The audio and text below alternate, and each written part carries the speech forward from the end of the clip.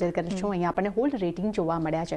લક્ષ્યાંક તેમને 5,800 રૂપિયા પ્રતિ શેર કર્યા છે. તેમનું માનવું છે કે આ સતત બીજો ક્વાર્ટર છે જેમાં કંપનીના પરિણામ જે છે તે જસ્ટ ઇનલાઇન જોવા મળ્યા છે અને ROW જે છે ત્યાં પણ એક ઇનલાઇન સંબંધ જોવા મળ્યા છે, પરંતુ સામે આવક જે છે તે અનુમાનથી અહીંયા ખરાબ આવતી જોવા મળી છે અને ખાસ કરીને સ્માર્ટલી સ્ટોર્સનું વિસ્તરણ કરવાનું કંપનીએ હાલમાં પણ યથાવત રાખ્યું છે. નો ડાઉટ રોકાણકારની જે કેટલીક અમુક ચિંતાઓ છે તે છતાં પણ કંપનીના માર્જિન્સમાં એક સારો એવો સુધારો જોવા મળ્યો છે અને કંપનીએ એના પરિણામે ખૂબ જ એક શોક કર્યા છે, આશ્ચર્યજનક નંબર્સ આપ્યા છે, જેમાં ખાસ કરીને પરિણામ એમ કહી શકાય 8%નો એક વધુ એક સુધારો પણ અહીંયા જોવા મળ્યો છે. મોર્ગન સ્ટેનલીના રિપોર્ટ પર નજર કરશું. અહીંયા ટ્રેન્ડ માટે ઓવરવેટ રેટિંગ જોવા મળ્યા છે. લક્ષ્યાંક તેમને 8,032 રૂપિયા પ્રતિ શેર કર્યા છે. તેમનું માનવું છે કે ફેશન ટોપ લાઇનમાં નરમાશ જોવા મળી છે અને LFL ફેશન ગ્રોથ જે છે ત્યાં હાઈ સિંગલ ડિજિટ પર જોવા મળ્યો છે અને 5 વર્ષ માટે બેઝિક CAGR આવક જે છે તે 39% રહી શકે છે.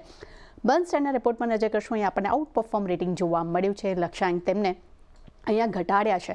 તેમને 8,100 રૂપિયા પ્રતિ શેરથી ઘટાડીને 6,900 રૂપિયા પ્રતિ શેર કર્યા છે. તેમનું માનવું છે કે ક્વાર્ટરથીના પરિણામ જે છે થોડા મિશ્ર રહ્યા છે. ખાસ કરીને સ્ટોર એડિશનમાં પિકઅપ જે થયું છે એ પોઝિટિવ છે, પરંતુ આવક ગ્રોથ, માર્જિન ગ્રોથ ત્યાં પણ એક પોઝિટિવિટી જોવા મળી છે, પરંતુ સેમ સ્ટોર સેલ્સ ગ્રોથમાં નરમાશ જોવા મળી છે. ત્યારબાદ સિટીના રિપોર્ટમાં નજર કરશું. અહીંયા ટ્રેન્ડ માટે આપણને 12 રેટિંગ્સ જોવા મળ્યા છે, પરંતુ તેમને પણ લક્ષ્યાંક ઘટાડ્યા છે. તેમને 9,350 રૂપિયા પ્રતિ શેરથી ઘટાડીને 7,800 રૂપિયા પ્રતિ શેર કર્યા છે. તેમનું માનવું છે કે Q3 ઓપરેશનલ પરફોર્મન્સ કંપનીનું મજબૂત રહ્યું છે અને Q3માં ખાસ કરીને સ્ટોર વિસ્તરણની ગતિ જે છે તેમાં એક વધારો જોવા મળ્યો છે અને LFL ગ્રોથ જે છે તે સિંગલ ડિજિટ પર અહીંયા આપણને જોવા મળ્યો છે. ત્યારબાદ અપોલો ટાયર્સમાં નજર કરશું. અહીંયા મોર્ગન સ્ટેનલીનો રિપોર્ટ આવતો જોવા મળ્યો છે. ઇક્વલ વેટ રેટિંગ છે. લક્ષ્યાંક 515 રૂપિયા પ્રતિ શેર કર્યા છે. તેમનું માનવું છે કે કંપનીનો કન્સો એપિટા જે છે તે ઇનલાઇન રહ્યા છે.